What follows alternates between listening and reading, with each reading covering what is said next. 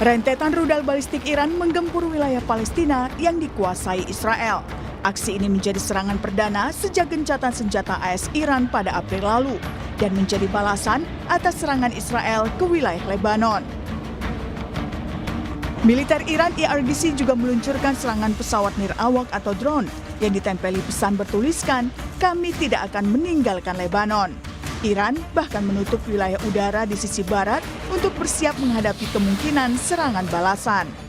ارتش صهیونیستی باید حملات خود به جنوب لبنان و ضاحیه را متوقف نماید و در صورت گسترش حملات خود به آن منطقه و یا پاسخ به اقدام ایران با ضربات کوبنده‌تر و پشیمان کننده روبرو و حملات ویرانگری علیه رژیم و حامیان آن آغاز خواهد شد. Aksi ini dibalas oleh Israel dengan menyerang sistem pertahanan udara Iran di Iran Barat dan Tengah. IDF merilis rekaman serangan ke salah satu sistem pertahanan udara Iran yang menyimpan rudal yang ditargetkan untuk menyerang pesawat Israel. Israel menyebut serangan rudal Iran sebelumnya sebagai kesalahan besar. Israel telah memperbarui pedomannya untuk warga sipil, membatasi pertemuan besar, dan menutup sekolah di seluruh negeri. Tentara Israel IDF mengklaim sudah sangat siap dalam pertahanan dan kuat dalam menyerang. Sistem pertahanan udara dikerahkan di seluruh negeri. לפני זמן קצר, משטר הטרור האיראני שיגר טילים לעבר שטח מדינת ישראל. נערכנו לכך. צה"ל ערוך חזק בהגנה וחזק בהתקפה. מערכות ההגנה האווירית פרוסות בכל רחבי הארץ. בשעה זו הרמטכ"ל מקיים הערכת מצב עם פורום המטה הכללי ומאשר תוכניות להמשך. Saling serang Israel dan Iran semakin memperkeruh upaya negosiasi damai Amerika-Iran. Posisi Amerika juga kian terjepit. Pekan lalu Presiden Amerika Donald Trump bahkan bilang ingin memisahkan Lebanon dari poin perundingan dengan Iran. Trump juga mengklaim sudah berbicara dengan Perdana Menteri Israel Netanyahu untuk menghentikan serangan ke Lebanon. Begitupun dengan perwakilan Hizbullah. I think we're trying to separate it. I mean, look, it's a very different kind of a thing. We actually spoke with Hezbollah for the first time ever. We didn't know they spoke. And they agreed yesterday they're not going to shoot. Israel's not going to shoot. We're just going to see. But I'd like to separate it. I'd like to have it a separate thing because it is separate. Perundingan damai Amerika-Iran saat ini terganjal dengan aksi Israel yang merupakan sekutu Amerika. Israel bersikeras menyerang Lebanon dengan sasaran Hizbullah jika kelompok itu tidak berhenti melancarkan serangan. Sementara itu, Iran yang merupakan sekutu Lebanon memasukkan poin penghentian serangan Israel sebagai syarat perdamaian dengan Amerika.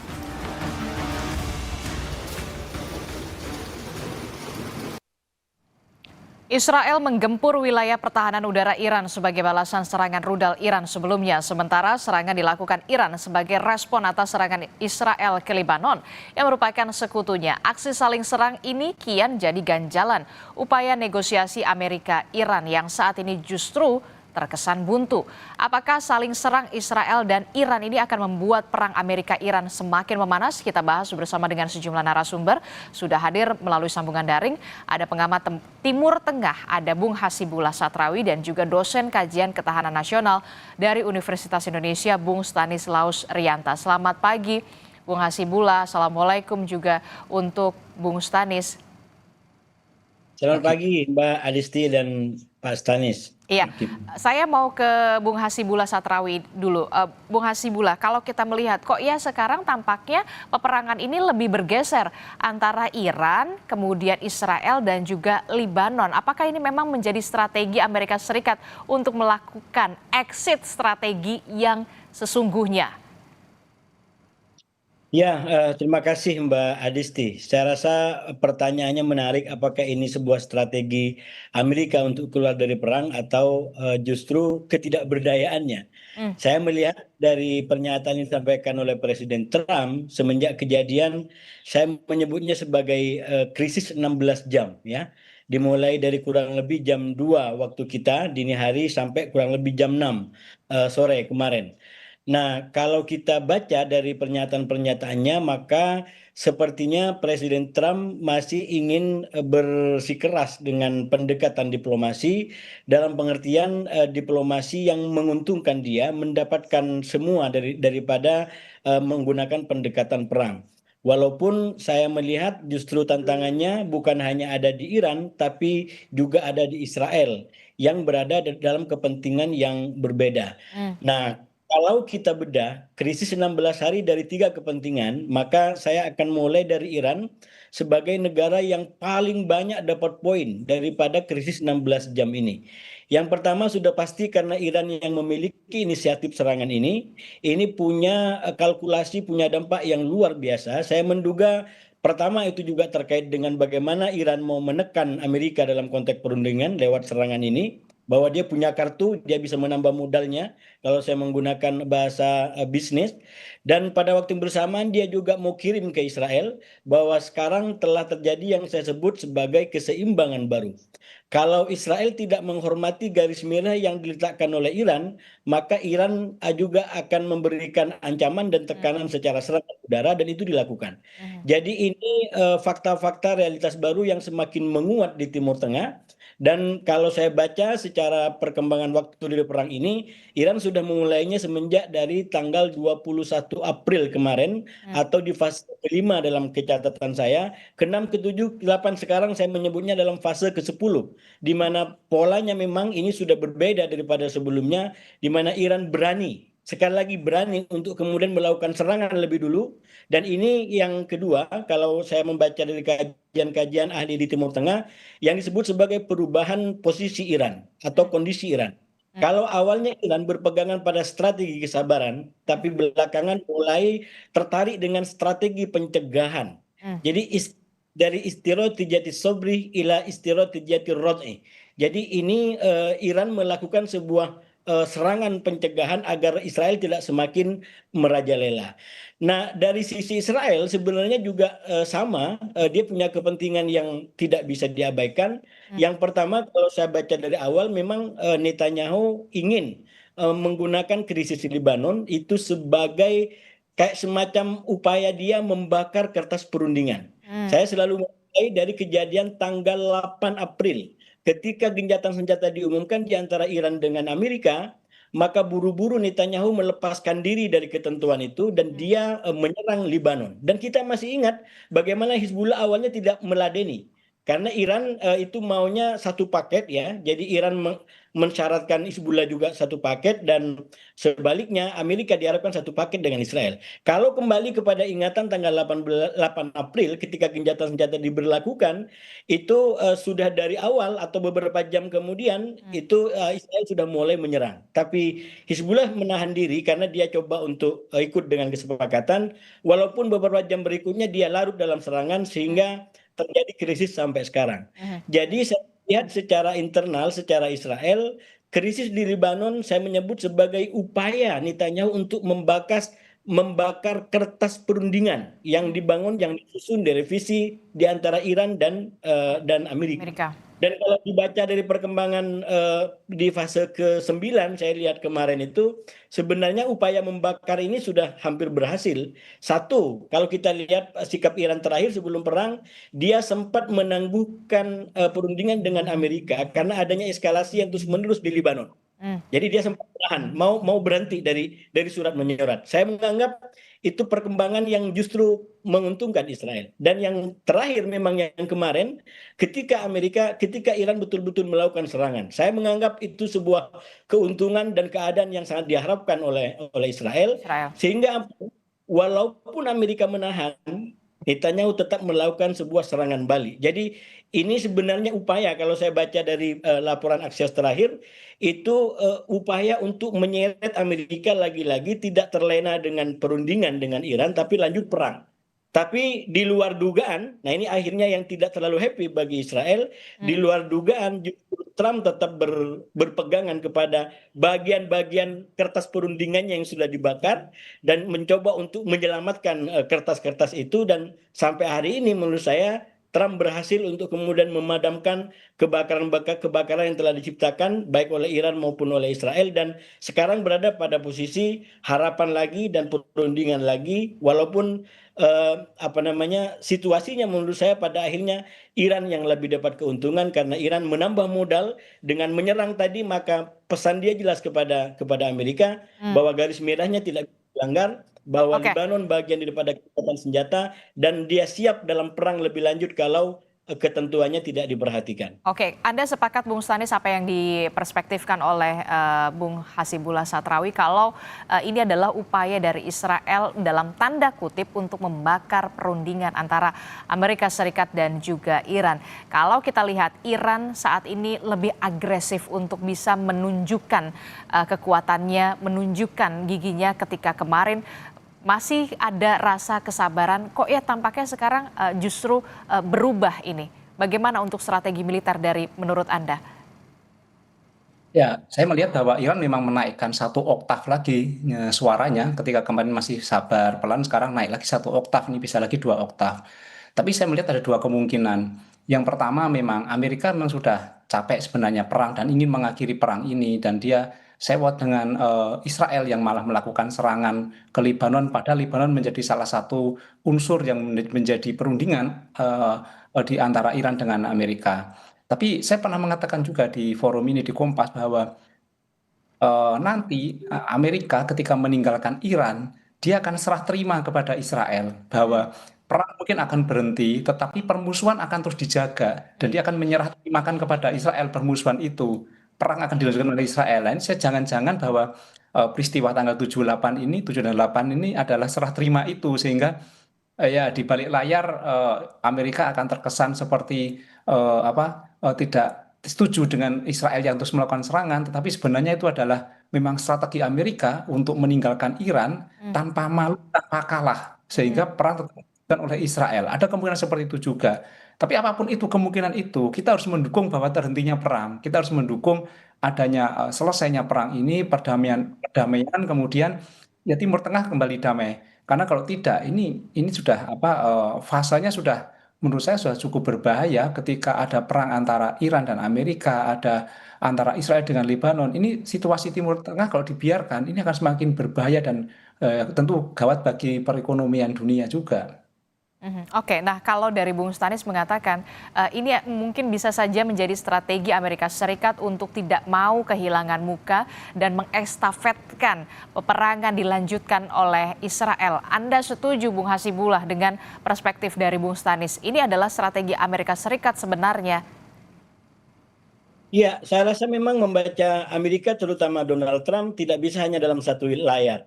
Kita harus banyak menggunakan layar, termasuk di balik layar yang tidak dipublikasikan. Kemarin saya sampaikan di salah satu TV bahwa eskalasi 16 jam ini kita bisa lihat sinyalemen atau kecenderungannya mungkin dalam beberapa hari ke depan. Saya melihat ada 2 kemungkinan kalau dibaca kemarin, bahwa ini memang diharapkan perang lebih total oleh Iran gitu ya, mengingat situasi yang stagnan dan tidak berkembang dalam perundingan, dan kita lihat kartunya Iran masih sangat banyak, dan kemarin sempat diumumkan misalkan pelibatan proksinya Houthi yang itu akan menjadi senjata mematikan, terutama dengan pemblokade penutupan Selat Bab Mandeb, yang sekali lagi ini serangan lebih mematikan kepada Amerika, kepada Israel dalam bentuk bola lambung. Yang saya bilang bola lambung adalah bahwa itu tidak akan langsung menghujam Amerika dan Israel, tapi efeknya melalui ekonomi dunia itu akan berdampak besar kepada kita semua, dan tentu saja kepada Amerika dan Israel sebagai penyebab dan pengambil kebijakan perang ini.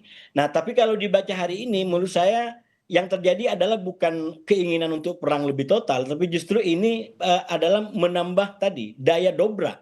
Ini menambah daya tawar dari Iran. Iran mengambil opsi untuk mengambil daya tawar. Karena kalau kita baca surat menyurat terakhir di antara Trump, di antara Amerika dengan Iran, itu kan Iran, katakanlah Amerika masih kayak mungkin dalam filosofi di sana gitu ya, bahwa time is money, bahwa waktu itu adalah menguntungkan, tapi di Timur Tengah waktu itu adalah pedang.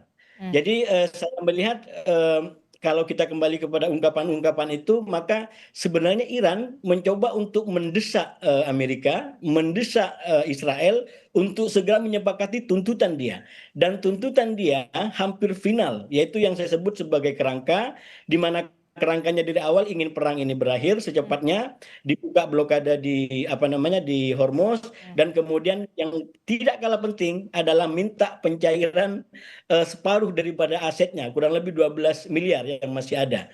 Saya melihat itu adalah kepentingan-kepentingan Iran yang ingin dikawal dengan serangan kemarin, agar Amerika segera setuju dengan itu. Kalau tidak, maka opsi perang bisa diambil, dan dalam konteks itu saya melihat justru Amerika semakin tertekan karena kepentingan untuk meladeni perang di Israel sangat-sangat kuat. Ini yang harus kita akuin. Melalui perang 40 hari, Israel makin sadar bahwa Iran itu betul-betul ancaman. Dan kalau kita baca pernyataan-pernyataan publik, itu betapa mereka ingin agar Iran sebagai ancaman, Hizbullah sebagai ancaman itu segera diredakan. Nah, persoalannya Netanyahu selama ini sudah tampil dengan kampanye seakan-akan dia hebat menghancurkan Iran karena berhasil membunuh tadi, tapi kenyataannya peluru-peluru mereka, rudal-rudal mereka tidak terkurangi. Jadi ada kekhawatiran yang cukup keras di Israel berkaitan dengan realitas ancaman dari Iran sekarang. Nah, sementara Amerika seperti disampaikan tadi tidak memungkinkan untuk melanjutkan perang ini. Memang skenario tadi disampaikan ini transisi ke Israel itu mungkin, karena saya selalu sampaikan itu ada presidennya dulu ketika katakanlah perundingan di antara Amerika dengan Houthi. Amerika dengan Houthi di awal tahun 2005 itu persis bahwa itu dilakukan sepihak di antara Amerika dengan Houthi. Waktu itu Houthi juga sering menyerang kapal-kapal Amerika di Laut Merah. Merasa dirugikan, Amerika masuk deal dengan Houthi, tapi Houthi lanjut dengan Israel. Nah, ke depan ada kemungkinan juga bahwa ini menjadi cara Amerika untuk pamit dari perang ini, dan Israel bisa lanjut dengan perangnya sepihak dengan lawan-lawannya. Walaupun ya baca kemungkinannya 60-40%, 60 kepada penghentian, 40 akan ditransisikan ke Israel. Oke, jadi ada berbagai macam kemungkinan yang akan terjadi ketika sudah melewati krisis 16 jam ini. Apakah ini adalah bentuk upaya pamit Amerika Serikat untuk kemudian diestafetkan kepada Israel, peperangan masih akan terus berlanjut, ataukah kemudian akan ada posisi tawar yang lebih lagi untuk Iran bersama dengan Amerika Serikat? Tentu kemungkinan ini yang masih harus kita baca potensinya akan ke arah mana, Bung Hasibullah Satrawi. Tapi kemudian Bung Stanis, dari sisi kekuatan militer kalau kita membacanya, ketika memang perang itu diestafetkan dari Amerika Serikat kepada Israel untuk dilanjutkan bersama dengan Iran dan juga Lebanon, dari kekuatan militer Iran versus Israel, apakah ini akan menjadi lawan yang seimbang atau seperti apa kalau dari kekuatan militer dari masing-masing negara? Ya, kita bicara statistik dalam global firepower itu Amerika nomor 1, Israel nomor 15, Iran nomor 16. Iran kemarin dia menghadapi Amerika yang nomor 1 saja, Iran masih kuat, masih bertahan. Sekarang apalagi cuma menghadapi Israel yang nomor 15 yang posisinya secara statistik sama. Tapi yang perlu diingat adalah orang tidak bisa melihat sebenarnya apa yang dimiliki oleh Iran. Itu susah dilihat. Dia punya persenjataan yang kuat, dia punya daya tahan yang kuat. Sehingga ketika menghadapi negara dengan peringkat yang paling tinggi, itu dia masih bisa bertahan. Nah, tapi ada satu lagi senjata yang mungkin tidak diperhitungkan oleh banyak orang termasuk Amerika ketika melakukan agresi ke Iran. Menggunakan senjata Selat Hormuz, dan dampak dari penggunaan senjata Selat Hormuz ini adalah bukan hanya kepada Amerika atau kepada Israel, tapi seluruh dunia kena dampak. Dimainkan terus oleh Iran, dan sekarang Iran posisinya di atas angin dengan kertas perundingan itu mau nggak mau Amerika nampaknya harus mengikuti, karena kalau tidak maka senjata Selat Hormuz akan terus dimainkan sehingga yang kena dampak bukan hanya Amerika atau Israel tapi dunia. Ini sebenarnya yang membuat Amerika harus segera mundur dan melanjutkan permusuhan dengan Israel, walaupun nanti skalanya mungkin kecil-kecilan seperti dulu ya, serangan mereka bermusuhan seperti itu. Jadi yang harus diperhitungkan sebenarnya bukan senjata alutsistanya, tetapi adalah senjata Selat Hormuz itu yang dampaknya terhadap seluruh dunia. Oke, ini yang kemudian menjadi atensi, bukan soal kekuatan militernya, tapi kemudian Selat Hormuz yang kemudian menjadi andalan dari Iran untuk bisa dalam tanda kutip melemahkan tidak hanya soal Israel dan juga Amerika Serikat, tapi juga berdampak kepada dunia. Bung Hasibullah Satrawi, bagaimana Anda melihat perspektif ini? Ya, saya rasa memang Iran memiliki semua senjata dan senjata-senjata itu menurut saya berfungsi dan itu menjadi alasan kemenangan. Jadi bukan hanya Selat Hormuz, bukan hanya alasan geografis yang dia miliki, tapi juga kemampuan dia bertahan, mentalitas secara kebudayaan, kemudian kekompakan masyarakatnya, dan yang paling penting adalah karena Iran selama ini dimenangkan secara posisi moral ataupun secara hukum. Dia berada pada posisi yang defensif, diserang lebih dulu. Nah, saya terus terang di catatan terbaru di sosial media saya itu ngasih ungkapan bahwa di antara yang berubah dari peta sekarang adalah posisi Iran dari sebelumnya adalah defensif menjadi ofensif. Nah, di situ saya bilang kita perlu mengingatkan Iran jangan terpancing dengan logika ofensif. Karena kalau itu jadi logika ofensif nanti tidak ada bedanya dengan Israel dan Amerika. Jangan lupa 28 Februari dilakukan oleh Amerika dan Israel itu atas nama juga karena apa? Karena pencegahan. Karena seakan-akan mereka membayangkan nuklir Iran, rudal Iran akan luar biasa dan akhirnya mereka melakukan serangan itu. Nah, kalau Iran terlena dengan kemampuannya sekarang bahwa Israel dianggap sebagai ancaman lalu melakukan agresi seperti kemarin, serangan terlebih dahulu seperti kemarin, maka sebenarnya Iran sudah mengalami pergeseran posisi yang awalnya sebagai posisi defensif, dia membela diri, menjadi posisi yang ofensif, dia menyerang lebih dulu. Nah, kalau saya baca secara objektif dari Iran kan sebenarnya sudah ada dua yang itu ke depan Iran mungkin tidak akan tidak akan selalu sama, minimal peta dukungan masyarakat dunia kepada Iran. Yang pertama soal Hormuz sendiri. Saya katakan sejak awal Hormuz itu memang efektif bagi Iran, tapi Hormuz bersifat sementara. Kalau selama bukan tidak mungkin Iran akan berhadapan dengan opini dunia, dengan masyarakat dunia. Yang bahasa saya tidak mungkin dunia rela lapar, rela mati hanya ingin melihat Iran menjadi pahlawan dalam melawan ketidakadilan Israel dan Amerika. Saya nggak masuk di situ. Jadi ke depan kalau Iran lanjut dengan katakanlah mempolitisir Selat Hormuz tidak sesuai dengan kepentingan masyarakat dunia, maka sangat mungkin Iran akan berhadapan dengan masyarakat dunia, kepentingan dunia. Barat dengan Timur yang menginginkan Hormuz kembali normal seperti dulu. Dan sekarang kalau kemudian Iran lanjut dengan katakanlah gaya-gaya ofensif seperti sekarang, sekali lagi saya tidak pernah menyetujui, tidak pernah membiarkan serangan-serangan yang dilakukan oleh Israel dan Amerika kepada bangsa-bangsa lain yang tidak ada pertanggungjawabannya. Cuman kita menginginkan ke depan tidak perlu lagi ada negara yang melakukan dalam tanda kutip dosa yang sama atas nama alasan yang kurang lebih sama. Kalau dalam rangka membela diri menurut saya itu hal yang legal, dibenarkan dan kita mendukung Iran sepenuhnya di situ dan mungkin dalam konteks sekarang masih perundingan karena peperangannya juga masih belum berakhir, masih bisa dipahami. Tapi kalau lanjut dengan kondisi seperti ini, serang menyerang seperti ini, maka Iran sebenarnya juga bisa berhadapan dengan masyarakat dunia yang punya pandangan bahwa terutama yang menginginkan perdamaian, bahwa yang dilakukan oleh juga tidak bisa dipertanggungjawabkan. Karena itu saya berharap bahwa dengan adanya realitas baru di Timur Tengah ini, Israel tidak lanjut dengan politik semina-mina. Anda berhenti merasa seakan-akan menjadi paling berkuasa di dunia. Anda berhenti dari kesemina-minaan di dalam memperlakukan tetangga. Mereka punya hak untuk merdeka. Mereka punya hak untuk hidup damai. Saya rasa itu yang harus kita perjuangkan. Oke, dengan situasi yang kita tahu Israel menyerang Iran, Iran menyerang Israel, termasuk juga soal Libanon, ketiga negara ini sekarang sedang memanas begitu. Anda menyebutnya krisis 16 jam. Realistiskah kemudian masih kita bahas soal negosiasi akan mencapai kesepakatan? Bung Hasibullah.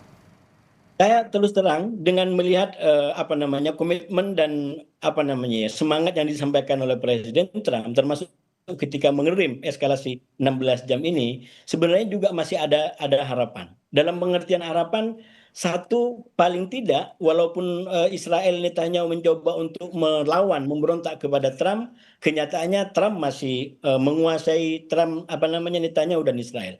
Bahkan Trump sendiri mengatakan Netanyahu tidak mengambil keputusan apapun, keputusannya saya yang ambil. Jadi dia akan melakukan keputusan yang diambil oleh Amerika dan Trump. Itu menurut saya realitas yang membuat kita cukup optimis bahwa perang ini masih bisa diakhiri dengan cara diplomasi. Dan yang kedua, Iran sendiri sebenarnya dari awal sangat ingin untuk berdamai. Iran bahkan dalam posisi bukan yang menyerang, dia diserang. Dan sekarang logika yang disampaikan, syarat yang disampaikan sebenarnya tidak terlalu merugikan Amerika secara langsung paling tidak. Misalkan dia minta asetnya dicairkan, itu kan memang uangnya Iran, bukan uangnya Amerika. Jadi kenapa harus ditahan? Nah, lagi-lagi memang itu akan berhadapan kalau bagi Amerika terhadap persepsi kekuasaan yang tidak seperti stylenya sebelum-sebelumnya yang seakan-akan penuh dengan power dan menekan sana-sini. Tapi kalau kita melihat kepentingan masyarakat dunia, termasuk Amerika sendiri yang terutama Trump, yang sangat-sangat terjepit dengan kondisi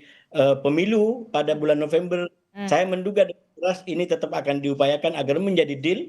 Dan kalaupun ada upaya untuk merusak di tengah jalan seperti krisis 16 jam, Trump akan melakukan upaya-upaya untuk memadamkan seperti yang kita lihat kemarin. Oke, kalau Bung Hasibullah Satrawi masih optimistis akan ada upaya dari Presiden Donald Trump untuk bisa mencapai kesepakatan melalui diplomasi. Kalau dari sisi Bung Stanis, besarkah potensi itu?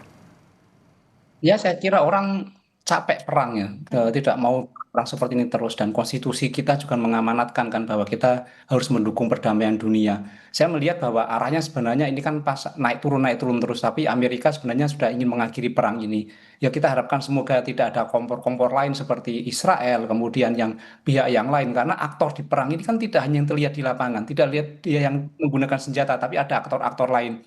Kita nggak tahu sebenarnya Cina memainkan apa, Rusia memainkan apa, kemudian negara-negara di Timur Tengah memainkan apa. Tapi yang paling adalah aktor yang menggunakan senjata berhenti dulu supaya mereka tidak saling mengirimkan peluru-peluru, kemudian berhenti, kemudian mereka masuk dalam meja perundingan. Ketika mereka sudah berhenti menggunakan senjata dan mereka masuk dalam meja perundingan, kita harus optimis bahwa perdamaian bisa tercapai. Oke, terakhir saya ke Bung Hasibullah. Bung Hasibullah, dari perbincangan kita 3 poin kritis yang bisa di-underline dari apa yang sudah dilakukan oleh Israel, juga Iran, termasuk juga Lebanon yang saat ini posisinya semakin terbocok. Apa 3 poin kritis Anda? Ya, yang pertama menurut saya yang paling penting adalah dunia memang perlu belajar jangan melakukan double standard. Itu yang menjadi sebab bagi saya daripada kerusakan-kerusakan yang terjadi. Dan yang kedua, bagi saya Israel juga harus diberikan penyadaran bahwa negara-negara lain juga punya hak yang sama untuk hidup damai dan merdeka. Berarti mau tidak mau kalau persoalan ini mau diselesaikan, Gaza dan tepi barat itu adalah persoalan utamanya. Karena Lebanon bahkan Iran kan itu hanya efek radius istilahnya daripada sumber konflik yang terjadi di situ.